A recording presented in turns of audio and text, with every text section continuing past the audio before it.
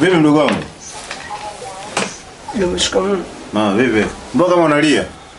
Kwa matatizo gani? Hamna. Hamna. Mbona unalia? Lakini juzi nimekuuliza kama una matatizo gani ukutaka kuniambia. Na ulisema uko sawa. Leo hii unalia. Mdogo wangu mimi nakufuatilia sana maisha yako.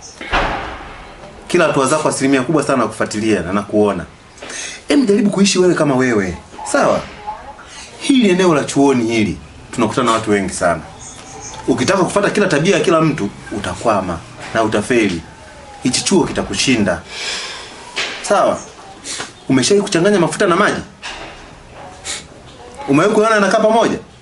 Habadani huwezi kuyakuta mafuta na maji yameshikana. Ukiyaona unaweza ukasema maji na mafuta ni kitu hichi kimoja, lakini siku zote mafuta huelea, maji huwa chini. Basi ndivyo unavyotakiwa uishi hapa. Chagua uishi kama mafuta au uishi kama maji. Sawa? Ishi maisha yako. Na hizi nguo unazowazima rudisha. Hata kama nguo zako ni mbili zinakufaa, cha mtu chake. Sawa? Sawa. Uliniambia huna tatizo.